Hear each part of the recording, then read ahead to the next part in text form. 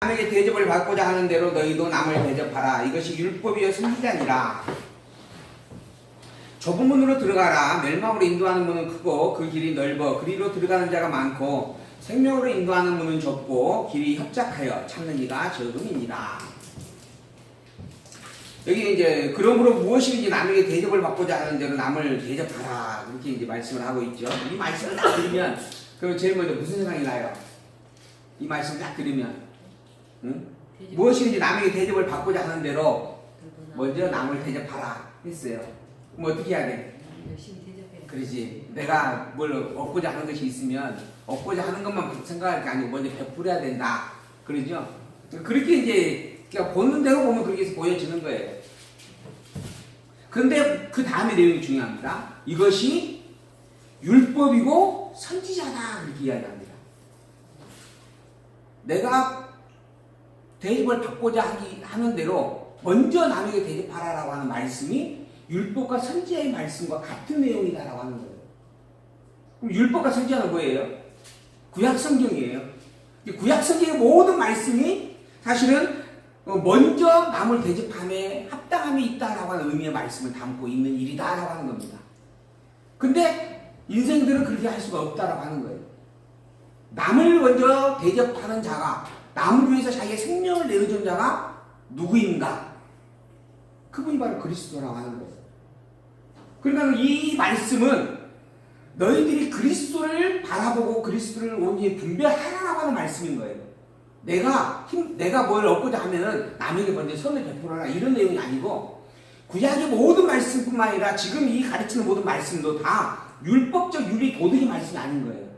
내가 그리스도다. 하나님이 너희들에게 그리스도를 주겠다라고 하는 말씀을 담고 있는 내용이다라는 겁니다.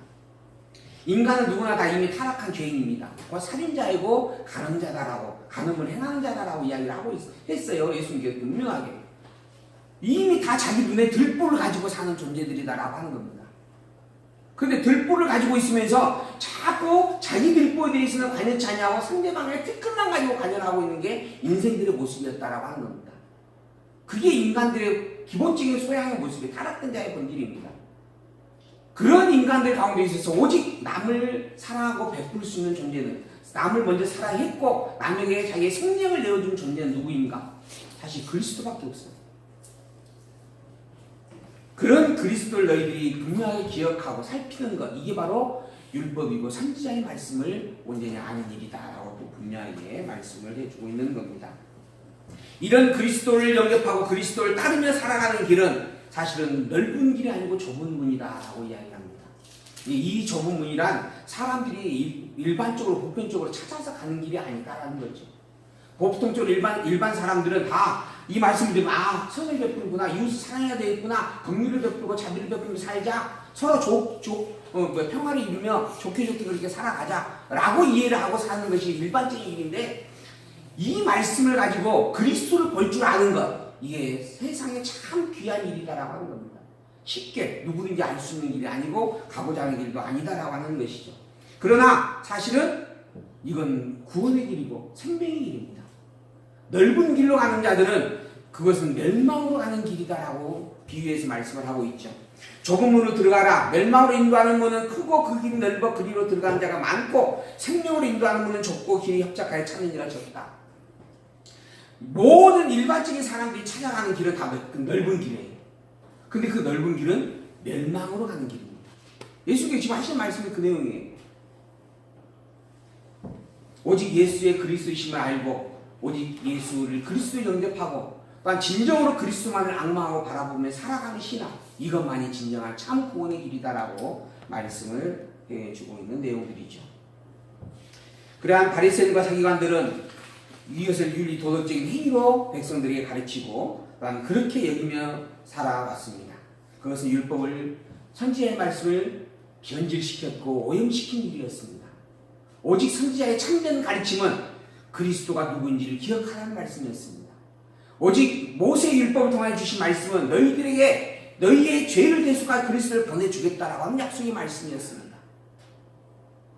그런데 그것을 살인하면 안 된다, 간음하면 안 된다라는 말씀으로만 빗대어서 가르쳤다라고 하는 것이죠.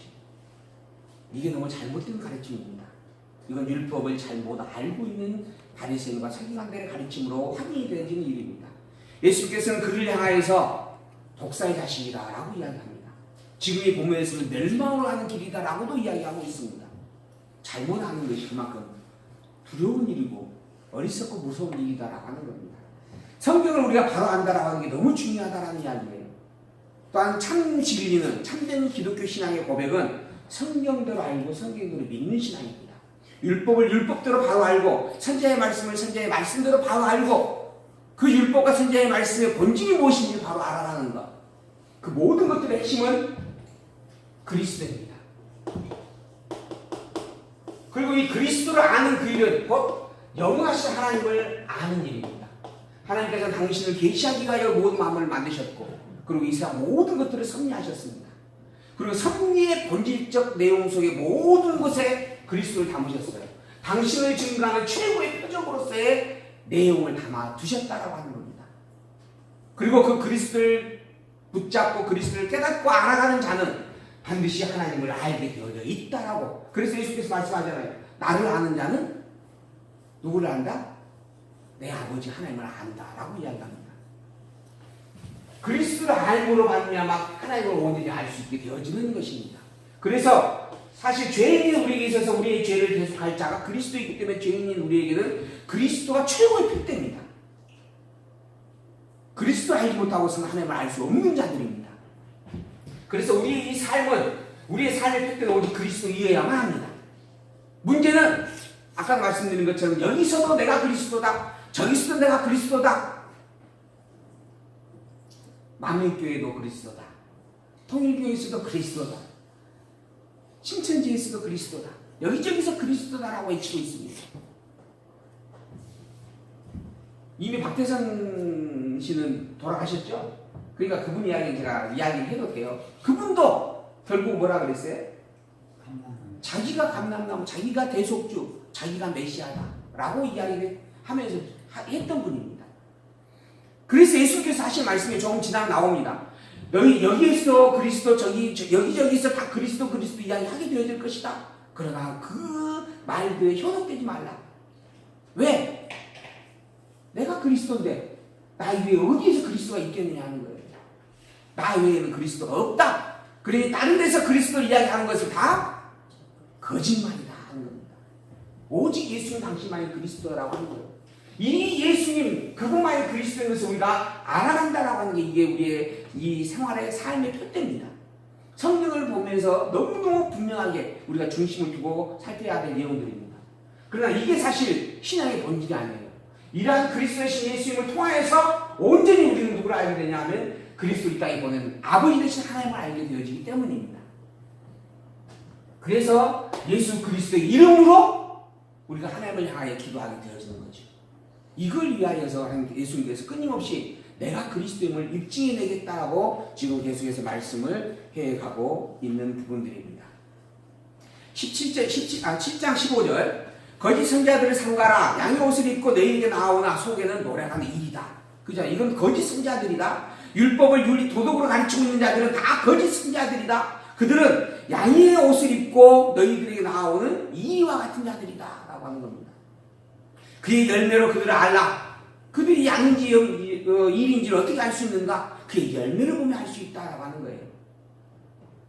어떤 열매? 입으로는 아주 거룩한 하나님의 말씀을 이야기하지만은 그 말씀에 대한 열매는 아무것도 없는 자들. 그 열매를 보면 분명히 알 수 있다라고 하는 겁니다. 이 세상에서 가장 그럴듯하고 합리적인 말을 하는 사람을 꼽으라 그러면요. 누군 줄 아세요? 바로 사기꾼입니다. 사기꾼만큼 그 말이 그렇게 신뢰감 있게 그리고 설득력 있게 그렇게 말하는 사람이 드물다 그래요. 그러니까 아주 유능한 정말 전문적인 정치가가 되어지거나 아니면 아주 정말 교묘한 사기꾼이 되어지거나 그런 부분들에서 그 대등한 관계의 이야기를 하는 부분들이 있어요. 그 말은 정말 청산유수처럼 너무 그럴듯하게 들려오고 여겨집니다. 그러나 그런 말이기 때문에 속아서 넘어가는 겁니다. 그래서 이게 우리가 참 구별하기가 쉽지가 않은 일들인데 분명한 것은 그의 열매를 보면 구별되어진다라고 예수님께서 말씀을 가르쳐주고 있는 거예요. 이미 좋은 나무가 나쁜 열매를 맺을 수가 없고 못된 나무가 아름다운 열매를 맺을 수가 없다. 포도나무가 포도 열매를 맺는 것이고 감나무가 감을 맺게 되어지는 것이지 감나무에서 포도가 열린다? 이건 있을 수 없는 일이다 하는 겁니다. 그러니 그의 열매를 보면 그가 하는 말이 아니라 그의 열매를 보면 그의 행하는 삶의 진정한 모습을 보면 그러면 그의 본질을 알 수 있다. 그가 일인지 양인지 분명히 알 수 있다라고 하는 거죠. 그래서 제가 제 따님에게 그런 이야기를 했어요. 나중에 우리가 신랑감을 데려오면 내가 변장을 해서 그냥 일반적인 모습으로 변장을 해서 한 하루나 이틀 정도를 내가 뒤에서 하루 종일 쫓아다녀 볼 것이다. 그래서 그 사람이 하루 동안 행하고 있는 그 생활의 모습들, 이러한 모습들을 객관적인 부분에서 살펴볼 것이다. 농담을 한 이야기지만은 그런 이야기 제가 한번 한 적이 있어요. 무슨 의미겠어요? 만났을 때 표현하고 그 자리에서 인사하는 그런 부분들은 얼마든지 고상하게 이야기할 수 있는 부분입니다. 그러나 일반적인 생활 속에서는 자기가 일반적으로 생활하고 있는 생활은 그냥 그대로 자기의 모습을 드러내는 거거든요. 그 모습을 보면 그 사람의 일상의 성격이나 모습이 정확하게 드러나질 수 있다라고 알 수 있게 된다라고 하는 이야기죠. 그런 생각을 제가 그래서 그런 생각을 제가 해왔던 부분이 있어요. 그러한 부분입니다. 아름다운 나무가 아름다운 열매를 맺는 것이고 또한 못된 나무가 결코 아름다운 열매를 맺을 수 없다라고 하는 것. 아무리 그의 입으로는 하나님의 말씀을 이야기하고 있지만 그의 열매를 보면 그것이 거짓이다라고 하는 것을 분명히 알 수 있다라고 하는 이야기입니다. 이후에 보게 되어지면 예수님께서 나중에 붙잡혀 가게 되어집니다. 로마에 분명히 끌려갑니다. 누구에게 팔려갔냐면 대제사장들에게 팔려서 끌려갑니다. 가룟 유다가 대제사장들을 찾아갑니다. 그러고 나서 얼마 줄 것이냐? 그러니까 은 30을 주죠. 그로 말미암아 그 대제사장들에게 예수님을 팔아 넘기게 되어집니다. 이 대제사장들 그리고 그 당시의 율법사들, 서기관들, 바리새인들 사도 바울이 비하했죠. 내가 최고의 가말리엘 가문에서 바리새인의 종파에서 내가 신학을 배웠다. 그 당시에 최고의 종교 지도자의 위치에 있었던 자라고 하는 표현입니다. 근데 그러한 가장 성경을 많이 읽고 많이 연구하고 가장 잘 안다라고 하는 바리새인과 서기관들이고 율법사고 대제사장이었다라고 하는 거죠. 근데 그들이 그리스도를 잡아 죽이는 데 내어줍니다. 예수님이 왕이 어디에 낳는가, 그리스도 어디에 낳는가라고 동방 박사들이 와서 헤로드 왕에게 물었을 때도 누가 대답해 줬어요? 바리새인과 서기관들과 대제사장들이 대답을 해줬습니다. 그들이 어떻게 그러한 대답을 할 수 있는가? 그들이 성경을 제일 잘하는 자들이기 때문에 그런 거예요. 그러나 그렇게 안다라고 하는 것이 참된 믿음은 아닙니다. 아는 그것이 열매까지 아름답게 드러나질 때 그게 참된 믿음이다라고 하는 거죠. 그래서 우리가 성경대로 알고 성경대로 믿는 신앙이다라고 하는 거 너무 중요함을 우리가 잊어서는 안 됩니다. 그럼 먼저 성경을 알려면 뭘 해야 되는가? 성경을 읽어야 됩니다. 끊임없이 창세기에서 요한계시록까지 매일 일용한 양식으로 쉬지 말고 묵상하고 새겨보고 그 뜻이 무엇인지 알지 못할지라도 일단 읽는 것을 멈춰서는 안 됩니다. 그리고 이해가 안 되면 언제든지 물으시면 됩니다. 그래서 누가 물었죠? 누가 물었어요? 아니, 사도에게 와가지고 성경을 읽고 가다가 누구의 신녀였는데? 에티오피아의 신녀? 대신이었나요? 어쨌든 에티오피아의 대신. 그 양반도 누가 가르쳐주는 사람이 없었지만 성경을 계속 열심히 갖고 다니면서 읽었어요. 사실으로 지금 보필하고 오는 거잖아요. 근데 그 오는 과정에서도 끊임없이 성경을 들고 다녔던 사람이에요. 그 성경을 읽어요. 그래서 묻습니다. 사도가 가가지고 지금 빌립이었죠. 사도 빌립 가가지고 뭐 하고 있어? 그랬더니 성경을 읽고 있는데 그 무슨 뜻인지 도저히 알 수가 없습니다. 왜? 나에게 알려주는 자도 가르쳐주는 자도 내가 배운 적도 없기 때문에 그렇습니다. 그래요. 그럼 내가 가르쳐줄게요. 그래요. 가르쳐주잖아요. 그러니까 아하 이 말씀이 바로 그 말이었군요. 나 그럼 세례 받으렵니다. 그 자리에서 세례 받잖아요. 이렇게 가능한 이유가 무엇이었는가? 일단 성경을 읽고 있었기 때문이라고 하는 거예요. 열심히 해서 성경은 무조건 기본적으로 읽어야 됩니다. 그리고 난 다음에 궁금한 게 있으시면 이렇게 사석에서 밥 먹을 때 이렇게 참여하실 때 언제든 질문하시면 됩니다. 이런 뜻이 무슨 뜻인가 하고 오후에 식사하고 난 다음에도 집에 바로 가지 않으시고 한두 시간이든 서너 시간이 앉으셔서 질문하시면 됩니다. 그러면 우리가 그렇게 토론하고 이야기할 수 있는 부분들을 할애하고 있으니까요. 이제 뭐죠? 아까 우리가 읽었던 말씀 21절 나더러 주여 주여 하는 자마다 천국에 다 들어갈 것이 아니요 다만 하늘에 계신 내 아버지의 뜻대로 행하는 자라야 들어가리라. 그 열매라고 하는 거예요. 열매가 어떤 열매가 합당한 열매인가? 하나님의 뜻대로 하는 것이에요. 그러니까 하나님께서 주신 말씀의 본질을 알고 그 본질의 말씀이 무엇인가 하면 내가 그리스도를 보내겠다. 그 그리스도가 바로 예수다라고 지금 하나님께서 이야기했어요. 그러면 예수님을 그리스도 영접하는 것이 본질이죠. 그게 하나님의 뜻대로 하는 일이에요. 근데 이런 하나님의 뜻대로 하지 않는 자는 천국에 들어갈 수 없죠. 그래서 하는 이야기입니다. 나더러 주여 주여 하는 자마다 다 천국에 들어가는 것이 아니다. 다만 하늘에 계신 내 아버지의 뜻대로 행하는 자라야 진정으로 예수를 그리스도 영접한 자만 천국에 갈 수 있다. 예수님을 향해서 선생님이여 주여 외치는 자들이 많이 있었습니다. 내가 어떻게 하여 구원을 얻으리까? 천한 선생님이여 그렇게 찾아온 자들도 있었어요. 그러나 예수님을 영접하고 나를 따르라 하는 그 말에 염려하고 근심하면서 돌아가는 이들이 있었습니다. 주여 주여 한다라고 하여서 다 예수님을 영접한 자가 아니라는 이야기입니다.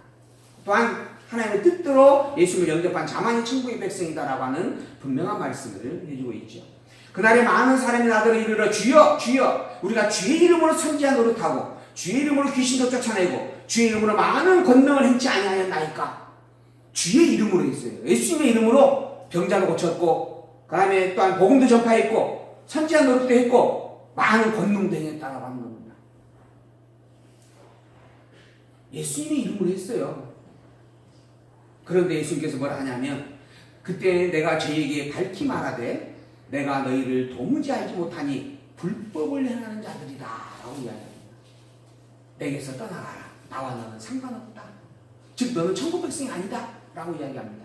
바꿔 말하면 너는 예수라고 하는 내 이름을 가지고 그 일을 행했다라고 하지만은 실제로 그 행함은 그리스도로서의 나를 영접하고 행한 일이 아니다 라고 하는 겁니다. 너는 나를 그리스도 영접한 적이 없다라고 하는 거예요. 근데 어떻게 예수 이름으로 이러한 권능을 행할 수가 있는가? 이름으로만 예수의 이름을 행하였던 것이지 실제로는 다른 권능의 능력을 가지고 행한 일이 되어졌다라고 하는 거죠. 그래서 나중에 이제 바리새인들이 예수님의 찾아와서 하는 이야기입니다. 예수님 주변에 있는 백성들은 그걸 예수님께서 행하신 표적을 보고 과연 다윗의 자손입니다라고 고백을 하는데 바리새인들은 뭐라 하냐면 바알세불 바알의 대장의 권세의 힘을 믿고 얻고 저희를 행한다 이렇게 이야기를 하는 거예요. 그러니까는 당시에 바알세불의 힘을 얻고도 이러한 일들을 행하는 자들이 있었다라고 하는 거죠. 그걸 예수님께서 지금 그렇게 예수라고 하는 그분이 그렇게 행하였다라고 오히려 책망을 하기까지 하는 그러한 이야기가 기록이 되어집니다. 예수님께서 지금 반대로 이야기하는 거예요. 내 이름으로 너희들 행한 게 아니고 오히려 나와 상관없는 권세를 가지고 너희들이 그 일을 행하였다. 나는 너희들을 도무지 알지 못한다. 불법을 행한 자들이다 라고 하는 겁니다. 그러므로 누구니 나의 이 말을 듣고 행하는 자는 그 집을 반석에 지은 지혜로운 자다. 나의 이 말을 듣고 행하는 자 그러나 나의 이 말을 듣지 아니하고 행하지 아니하는 자 즉 하나님의 뜻을 알고 분별하고 그 뜻대로 행하는 자 그리고 그 뜻대로 행하지 아니하는 자가 구별되어지는 거죠. 예수님을 그리스도로 영접한 자는 어떠한 자인가? 반석에 집을 지은 지혜로운 사람과 같은 자다. 반석에 세워진 집을 짓는 자와 같다. 그 집은 비바람이 와도 결코 무너지지 아니한다. 그러나 예수 그리스도를 토로하여서 세워지지 아니하는 자 그러한 자들은 비바람이 몰아치게 되어지면 다 무너져서 넘어지고 흩어지게 되어져 있다라고 하는 겁니다. 결국은 한마디로 요약하면 과연 너는 예수를 그리스도로 영접했느냐라는 이야기와 같습니다. 너는 진정 예수님 당신을 그리스도라고 인정하느냐 인정하지 않느냐 이 말씀을 행하고 있는 내용입니다. 더 나아가서는 나밖에 그리스도가 없다라는 말씀입니다. 예수님 밖에는 그리스도가 없다라고 하는 거예요. 오직 우리를 죄에서 건져낼 대속주는 그리스도 뿐이시고 그 그리스도는 오직 예수님 뿐이시다라고 하는 이야기입니다. 여기저기에서 또 다른 어디에서는 뭐 예수님은 그리스도가 분명해. 그러나 예수님만 그리스도가 아니야. 다른 그리스도도 얼마나 있어 라고 이야기하는 부류가 있습니다. 우리의 뭐 가까운 천주교에서 기본적으로 그런 이야기를 하죠. 그분들도 우리는 예수가 그리스도라고 믿어. 예수가 그리스도를 신한다라고 고백을 합니다. 그러나 예수님만 그리스도는 아니야. 예수님도 그리스도고 다른 그리스도도 있다. 그 그리스도가 누구예요? 교황님이시다. 예수님의 그리스도의 직권이 베드로에게 왔고 베드로에게 주어졌던 그리스도의 직권이 교황에게 계승되어져 가고 있다. 그래서 그리스도는 지금 교황이 몇 대예요? 지금 한 40몇 대 될걸요 아마? 그러면 그동안 그 앞에 있던 모든 교황들도 다 그리스도였던 거죠. 그러나 이 본문에 있는 말씀은 오직 그리스도는 한 분뿐입니다. 오직 예수님 당신만 그리스도라고 이야기하고 있는 내용이죠. 예수님 위에는 그 누구도 그리스도일 수 없고 그리스도 이어서도 안 됩니다. 그러므로 이처럼 이 말을 듣고 나의 말을 듣고 행하는 자는 반석에 지은 집과 같다라고 하는 거. 28절 예수께서 이 말씀을 마치시며 무리들이 그 가르침에 놀래니 이는 그 가르치시는 것이 권세 있는 자와 같고 저희 서기관들과 같이 아니하밀러라. 권세 있는 자의 가르침이었어요. 그리고 자기들의 서기관, 자기들에게 율법을 가르치고 하나님의 말씀을 구약성경을 가르치고 있는 서기관과 달랐다라고 하는 겁니다. 그 가르침의 내용이 전혀 달랐다라고 하는 거예요. 우리는 정말 그리스도가 누구인가, 또한 왜 예수님이 그리스도인가를 너무 분명하게 살피고 확인해 가야만 합니다. 예수님께서는 그것을 위하여서 다시 한번 계속해서 표적을 통하여서 가르쳐주게 되어집니다. 직접 문둥병자를 고쳐서 깨끗하게 해줍니다. 그리고 또 중풍병자를 고쳐서 깨끗하게 해줍니다. 또 그것만이 아니고 모든 병자들을 고쳐서 깨끗하게 또 해주게 되어집니다. 이러한 표적을 행함으로 말미암아 내가 이런 권세를 가지고 있는 하나님의 아들 그리스도임을 선포해 주는 거죠. 그리고 한 가지 더 추가해서 이러한 일들을 행하는 자가 누구다? 그리스도다라고 구약 성경에 예언되어져 있었다. 너희들 구약 성경 봐라. 이런 말씀이 있지 않느냐? 그 말대로 지금 내가 행하고 있는 것이다. 바로 나는 그리스도가 틀림없다. 구약에 약속된 약속대로 온 하나님을 보낸 그리스도가 분명하다. 나와 같은 자가 있었느냐? 없다. 바로 나만이 그리스도다. 계속해서 이러한 말씀을 해주고 있습니다. 이러한 예수의 그리스도이심을 증거하는 증거, 우리는 이 증거가 참 중요해요. 증거. 첫 번째로는 그 일을 실제로 직접 행하였느냐라고 하는 겁니다. 두 번째는 그에 대한 근거가 어디에 있느냐라고 하는 거예요. 이 근거는 구약 성경에 있습니다. 그리고 실제로 직접 적용을 해서 당신이 직접 그걸 행하셨습니다. 구약에 근거된 약속대로 이루어졌다라고 하는 사실 하나가 분명한 그리스도로 확인되어지고 그 일을 이룬 자가 당신이라고 하는 그 사실 또한 분명하게 당신의 그리스도심을 입증을 해주고 있는 거죠. 그래서 우리는 결론적으로 예수님은 그리스도가 틀림없다. 예수님은 그리스도가 너무 분명하다라고 그렇게 믿으며 고백할 수밖에 없는 것이고, 또한 그러한 고백이 참 진리임을 다시 한번 분명하게 성경 말씀을 통해서 확인을 보게 되어집니다. 8장 1절에 있는 말씀 봅니다. 예수께서 산에서 내려오시니 허다한 무리가 쫓았어요. 한 문둥병자가 나와서 절하며 가로되 주여 원하시면 저를 깨끗게 하실 수 있나이다 하거늘 예수께서 손을 내밀어 저에게 대하여 대시며 가라사대 내가 원하노니 깨끗함을 받으라 하신데 즉시 그의 문둥병이 깨끗해졌어요. 이런 일이 여지껏 없었습니다. 근데 이러한 일들이 백성들이 많은 무리들이 보는 앞에서 직접 나타나게 되어집니다. 왜 그러는가? 이게 그리스도만 행할 수 있는 권세인데 예수님이 그리스도이기 때문에 그랬다라고 하는 거예요. 예수께서 이르시되 삼가 아무에게도 이르지 말라 하고 다만 가서 제사장이 내 몸을 보이고 모세의 명한 예물을 드려 저에게 증거하라. 예수님께서 이 첫 번째 표적을 행하고 난 다음에 그 문둥병자에게 너 다른 사람에게 이야기하지 말고 일단 제사장이 제일 먼저 달려가서 제사장에게 너의 문둥병이 고쳐졌음을 확인받아라 라고 이야기를 합니다. 이 문둥병이라고 하는 것은 저주의 병이라고 얘기해졌습니다. 평생 고칠 수가 없는 병이었어요. 그래서 격리가 되어져서 살았습니다. 이들은. 근데 이 문둥병이 고쳐졌고 문둥병이 들었고 또 문둥병이 고쳤다라고 하는 것을 입증한 자가 누구였냐면 모세의 율법에 기록되기를 대제사장밖에 없었습니다. 그러니까 너 제일 먼저 대제사장을 찾아가라라고 이야기하는 거예요. 가서 정말 너의 문둥병이 고쳐졌는지 확인받아라. 가서 보니까 확인이 되어지죠. 야, 너 뭔 문둥병 걸렸었느냐? 정말 깨끗이 나았구나. 대제사장이 공포를 해줍니다. 이제 이 사람은 이제부터는 문둥병자가 아니다 라고 하는 거예요. 바로 모든 사람들이 인정할 수밖에 없죠. 아하, 정말 이 문둥병을 고치신 그분이 바로 그리스도가 틀림없구나 라고 하는 겁니다. 그래서 제일 먼저 제사장들에게 달려가라라고 이야기를 하고 있는 겁니다.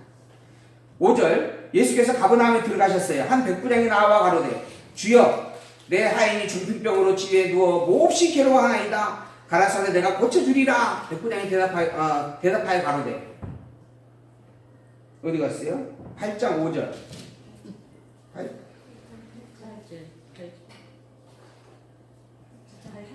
8절?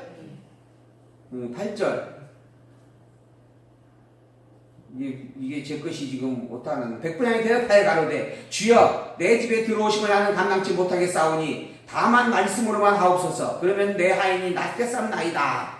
나도 남의 수하에 있는 사람이요 내 아래도 군사가 있으니 이더러 가라 하면 가고 저더러 오라 하면 오고 내 종도로 이것을 하라 하면 하나이다. 예수께서 들으시고 귀히 여겨 쫓는 자들에게 이르시되 내가 진실로 너희에게 이르노니 이스라엘 중에 아무에게도 이만한 믿음을 만나보지 못하였느니라. 백부장이 나타났습니다.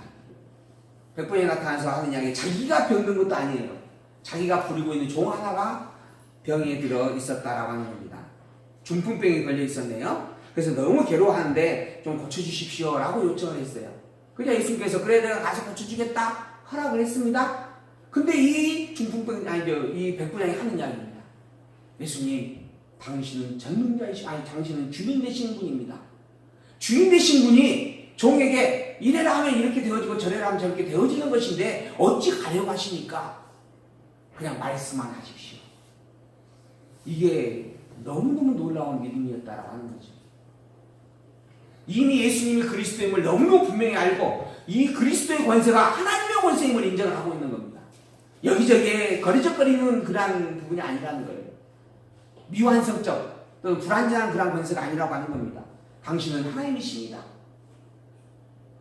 그러니 말씀을 하셔도 됩니다. 실제로 말씀을 했어요. 고쳐져요? 안 고쳐져요? 고쳐집니다. 그러면 사실 말씀이에요. 내가 이만한 믿음을 여지껏 본 적이 없었다. 진정으로 나를 그리스도로 확인하고 정말 이 그리스도의 존재가 근본 하나님이라는 것을 인정하고 있는 이 믿음 정말 본 적이 없다. 그러니까 이거 그리스도로서 지금 입증되어지고 있는 내용인 거예요.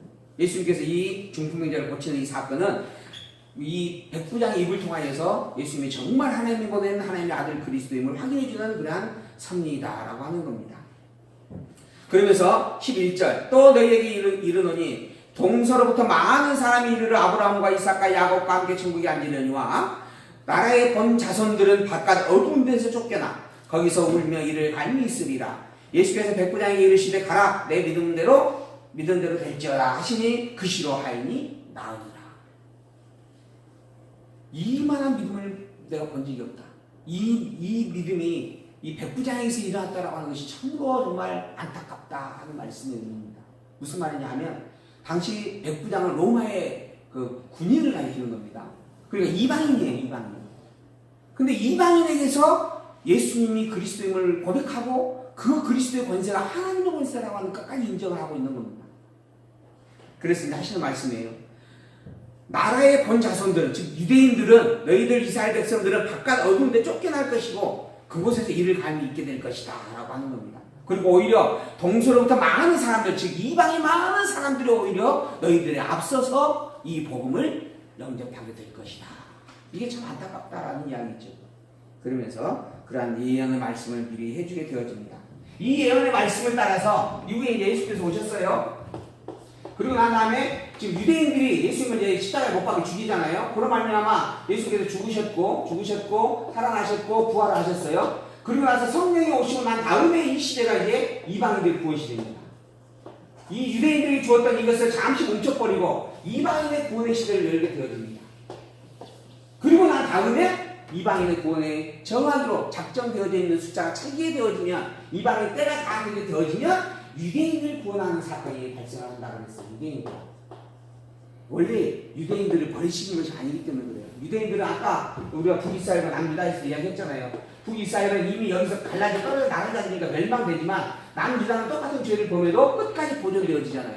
비록 중간에 시련과 아픔과 고난을 당할지언정 하나님의 백성으로서 영원히 보존되어지는 것처럼 하나님의 백성으로서 유대인들은 또한 영원히 다시 회복이 되어집니다. 그러나 그 중간 사이에 이들에게서 있을 구원을 잠시 받으시고 이방인의 구원을 이루시겠다라고 하는 겁니다. 이 이방인이 누구냐 하면 유대인들, 즉 이스라엘 백성들이 아닌 모든 백성들을 가리키는 겁니다. 아까 동서남북의 많은 사람들, 이 대한민국도 이방인입니다. 지금 우리가 이방인이에요. 그런데 우리가 이 복음을 지금 이렇게 살피고 있는 겁니다. 하나님의 말씀. 왜 그러는가? 그럼 예수님께서 하신 말씀 때문에 그래요. 내가 분명히 이야기하건대 동서 많은 사람들이 먼저 날 것이고, 그리고 이 나라의 본 자손들은 바깥 어두운 데서 쫓겨나 살게 되어질 때가 이르게 된다라고 하는 그런 말씀. 그 말씀이 이루어져 가고 있는 증거의 내용들이라고 하는 겁니다. 그리고 나서 이제 14절, 예수께서 베드로의 집에 들어가사 그의 장모가 열병으로 알아놓은 것을 보시고 그의 손을 만지시니 열병이 떠나가고 여인이 일어나서 예수께 수종들더라. 본문에서는 지금 앞부분 두 군데에서는 고쳐주십시오라고 하는 요청이 있었어요. 근데 이 본문에서는 열병이 있었다라고만 기록을 합니다. 근데 예수님께서 그 열병을 고쳐버립니다. 그러자 나와서 수종을 들게 되어졌죠. 이거 혹여 내가 열심히 기도해야 병 고침을 받는다. 이 중풍병자도 또는 이 문둥병의 백부장도 열심히 하나님께 예수님께 고쳐달라고 간구했지 않느냐. 근데 사실 그러한 간구가 없어도 이렇게 고침을 받는 일들이 있습니다. 무슨 말인가? 이러한 일들은 어떤 행위적인 내용을 조건으로 성립되게 되고 있는 게 아니라는 겁니다. 이 모든 내용들을 지금 행하고 있는 행함의 목적이 뭐냐 하면 예수님 당신이 그리스도의 권세를 가졌다라고 하는 것을 보여주기 위한 일이에요. 내가 그리스도가 틀림없다! 이래도 못 믿겠느냐? 이걸 확인시켜주고 반복해서 증거하고 있는 내용들인 거죠. 그런데도 예수님을 그리스도로 영접하지 못하는 이들이 있습니다. 예수님 당시에도 그런 사람들이 있었어요. 지금 이 시대에도 마찬가지입니다. 거기 어떤 분들은 그러더라고요. 야, 예수님께서는 문둥병자를 고치는 기적도 행했고 또 무리를 건너가는 기적도 행했다 그러는데 지금 내 눈에 그게 보여지면 나 예수님 믿겠다. 절대 못 믿습니다. 그걸 본 사람도 못 믿는 사람들이 많았거든요. 그 당시에. 하물며 지금 보여준다고 해서 믿을 것 같은가? 말씀으로 내 마음이 열리지 않는 한 그런 표적을 본다 해서 결코 믿어지지 않는다라고 하는 것, 이미 성경에 증거되어진 내용입니다. 예수님이 지금 현재 같이 있어요. 그런데도 불구하고 못 믿는 자들이 함께 있잖아요. 그래서 말씀을 우리가 살펴서 그 예수님을 그리스도로 영접한다라고 하는 것이 참으로 큰 복이다라고 하는 것, 이것은 하나님께 주신